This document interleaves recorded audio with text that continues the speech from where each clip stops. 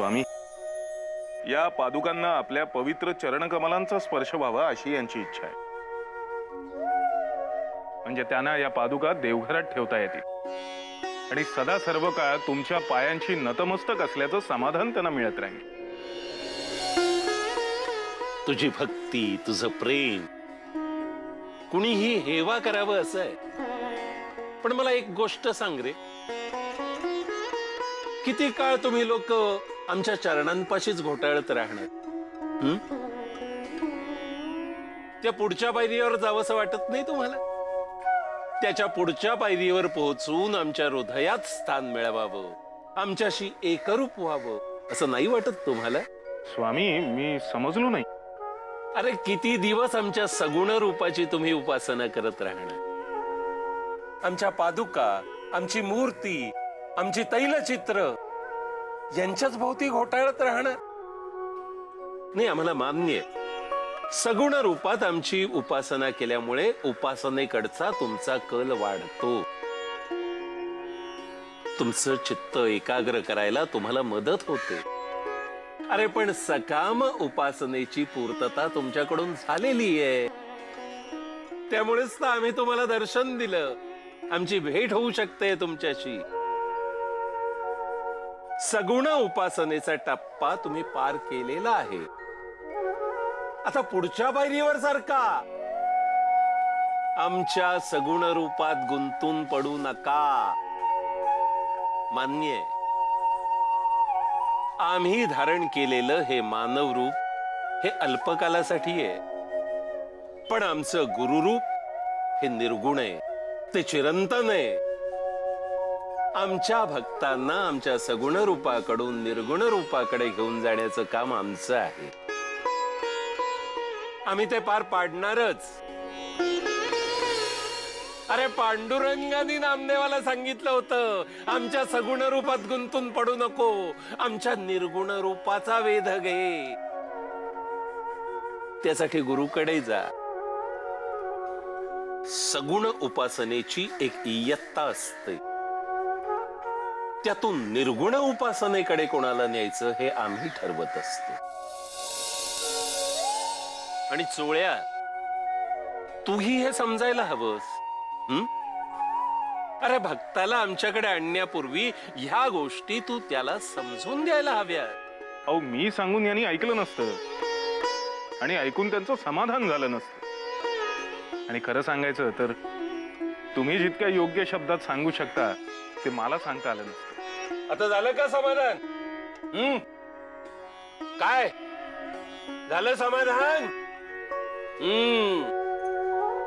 आमच्या काही भक्तांना सगुण रूपाकडून निर्गुण रूपाकडे नेण्याची आणि त्याची जाणीव करून देण्याची वेळ आता आलेली आहे, आणि त्यात अग्रक्रमाने आहेत माधव आणि मंगेश हे बंधुत्व।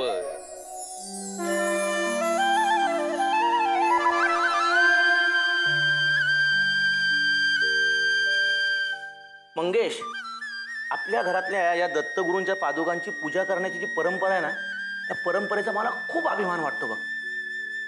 मलाही दादा, आपलं थोर भाग्य म्हणून आपण ह्या घरात जन्माला आलोय। बरोबर आहे तुझं। नीला, ए नीला, अगं पूजेचं साहित्य घेऊन ये। नीला काहीच प्रतिसाद देत नाही, काय झालं काय? थांब जरा, मी सीमाला आवाज देऊन बघतो। सीमा, काय हो, का बोलवलं? काय हवंय? काय हवंय म्हणून काय विचारतेस?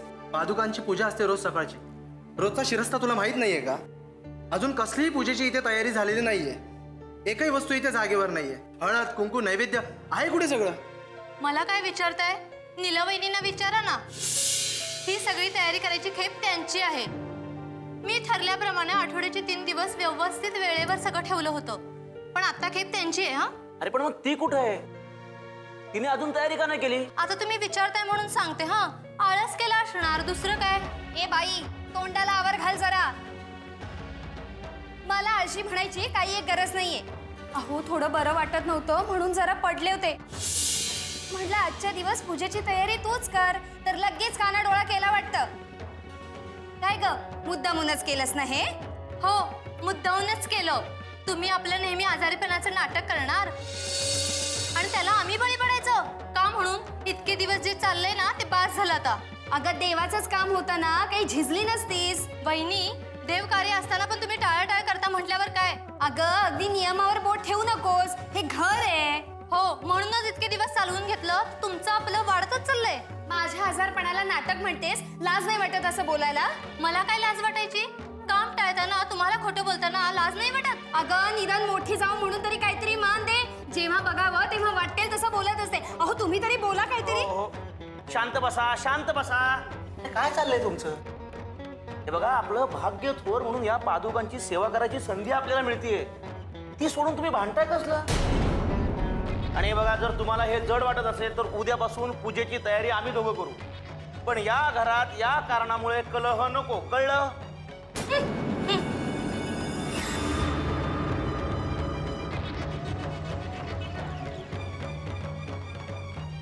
पाहिलं दादा, हे यांचं असं असतं.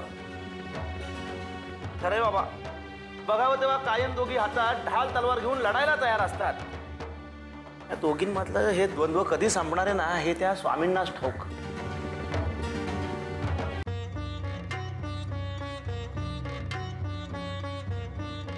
इकडे शिवत बसलीस, जोडत बसली, तिकडे मात्र तोडून आलीस. देवाच्या बाबतीत तरी तुम्ही तुझं माझं काय करताय? कसले हेवेदावे ठेवता? अगं वहिनींपेक्षा जास्त वेळ तुला दत्त पादुकांची पूजा करण्याची चांगली संधी मिळाली आणि तू ती सोडली. का वेडीबिडी आहेस काय? अहो, मलाही असं वागायला नाही आवडत, पण तुम्हाला माहितीये ना वहिनींचं वागणं. मुद्दाम करतात त्या. आजारी नसतानाही आजारी असल्याचं खोटं नाटक करतात. अहो, आपणच किती वेळा पकडले त्यांचं हे नाटक. मला तर बाई अगदी कंटाळ आलाय या गोष्टीचा. आणि म्हणून त्यांना सरळ करण्यासाठी मलाही वाकड्यात शिरावं लागतंय. अगं त्यांना सुधारवण्याच्या नादात तू स्वतः त्यांच्यासारखं वागतेस, त्याचं काय? आणि या तुमच्या भांडणामध्ये पादुकांची पर्यायाने देवाची अवहेलना होते हे तुमच्या लक्षात येतंय का? आणि त्या नाही समजून घेत तर जाऊ दे ना, तू समजून घे. अगं त्या मोठ्या आहेत. दरवेळी पडती बाजू मीच का म्हणून घ्यायची? समजूतदारपणा हा मोठ्याने दाखवायचा असतो ना. पण आपल्या घरात तर सगळं उलटच चालू आहे. हे बघ सीमा, पादुकांचा विचार कर आणि मग काय ते वाग. आपल्यामुळे दत्त पादुकांचा अवमान व्हावा असं वाटतं का तुला? नाही हो, पण मी तर काय करू सांगा ना. वहिनी समोर आल्या की काय होतं तेच कळत नाही मला. माझा ताबाच राहत नाही माझ्यावर आणि प्रत्येक गोष्टीला प्रत्युत्तर द्यावं वाटतं. आणि असं जर घडत राहिलं ना तर काही ना काही कारण निघत राहणार. त्यापेक्षा त्यापेक्षा त्यापेक्षा काय? त्यापेक्षा आपण वेगळं राहू. आपला वेगळा संसार थाटू, म्हणजे रोजच्या होणाऱ्या कटकटीतून आपली सुटका होईल. हे बघ, आत्ता बोललीयस पण परत बोलू नको. असा विचार पण मनात आणू नको. अगं या घरामध्ये दत्त पादुका आहे, इथेच राहून मला यांची सेवा करता यावी म्हणून मी हे घर सोडून कुठेच जाणार नाही. ही काळ्या दगडावरची रेग आहे, लक्षात ठेव.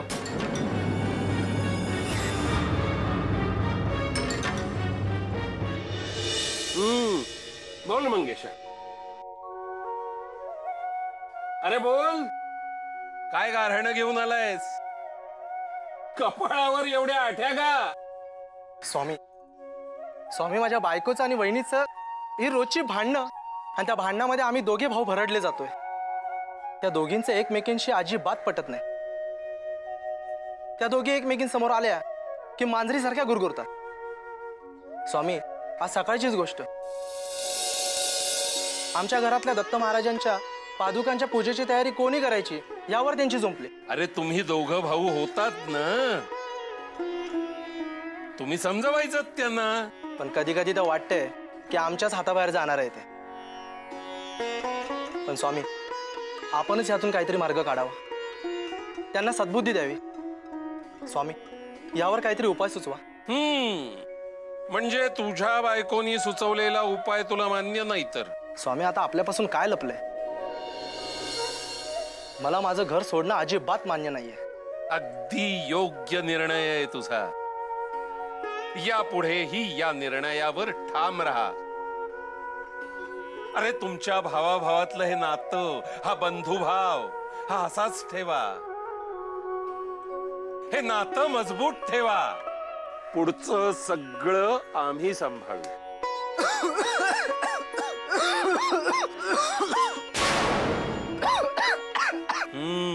हळू हळू. चोळ्या, त्याला पाणी दे प्यायला. स्वामी, अहो पण याच्यात तर पाणीच नाहीये. चोळ्या, मग अरे नदीवर जाऊन कावड भरून आण. राघवा, जा नदीवर जाऊन पाणी भरून आण.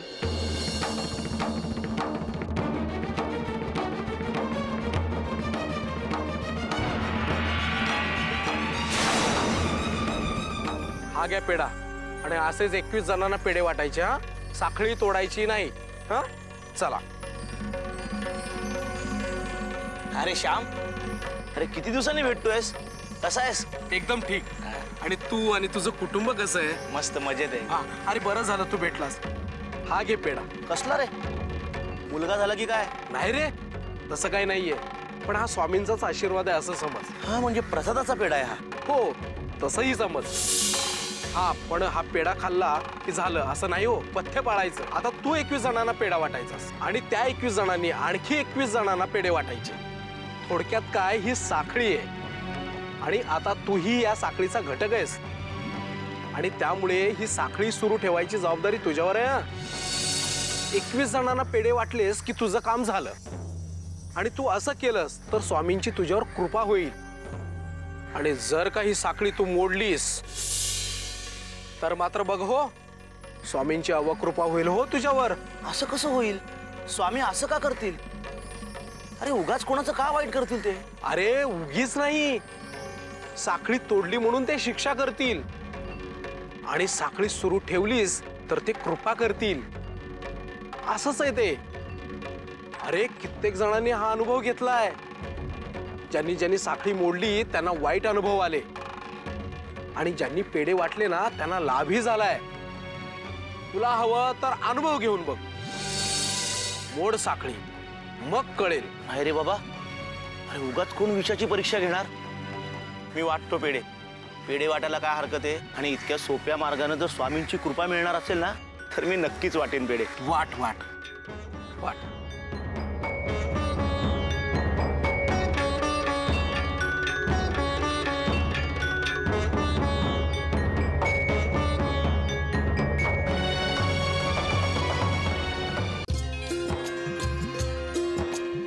अरुणराव, हा घ्या पेढा आणि एक काम करायचं, असा पेढा 21 जणांना द्यायचं. हे कार्य असंच चालू ठेवायचं काय? हो हो, तसंच करतो.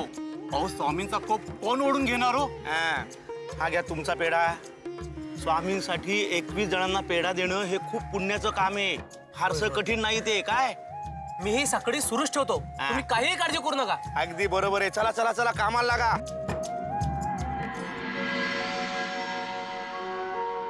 काय हो, अशी कुठली आनंदाची बातमी आहे की तुम्ही ज्याला त्याला पेढे वाटत सुटलाय?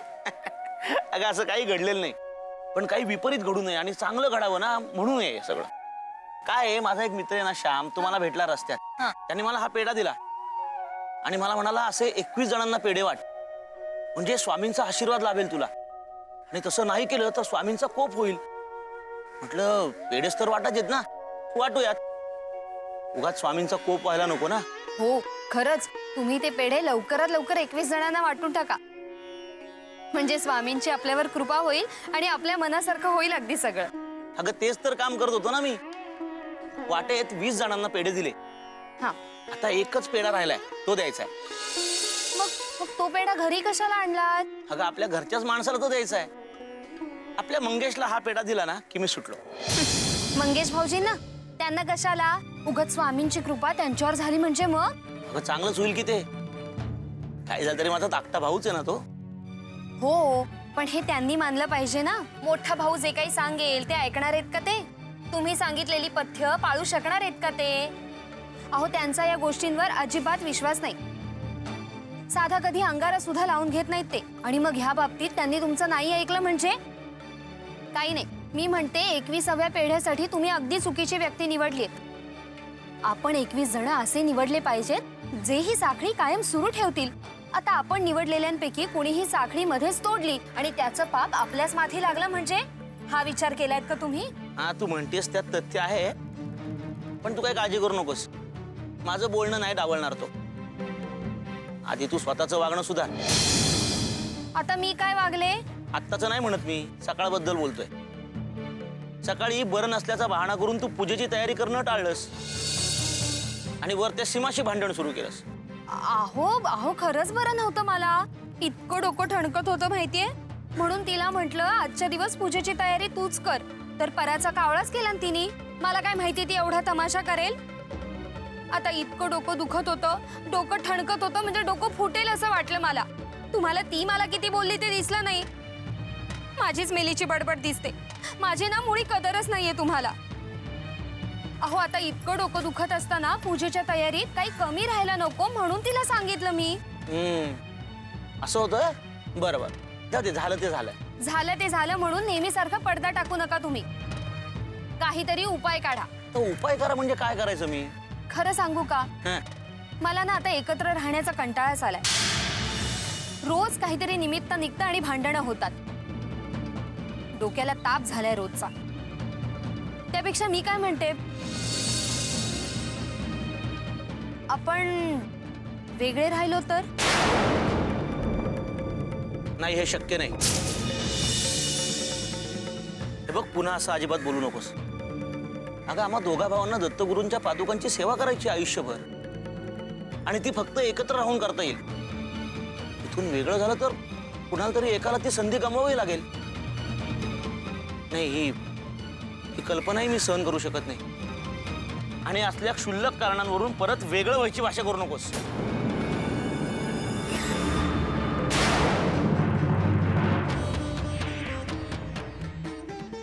काय झालं स्वामी? सोहळ्या वेळ आली की कळेल तुला. गड्या, काय रे लंगडतोयस? काय झालं पायाला? स्वामी बघा ना, पायाला काटा लागलाय. दाखव.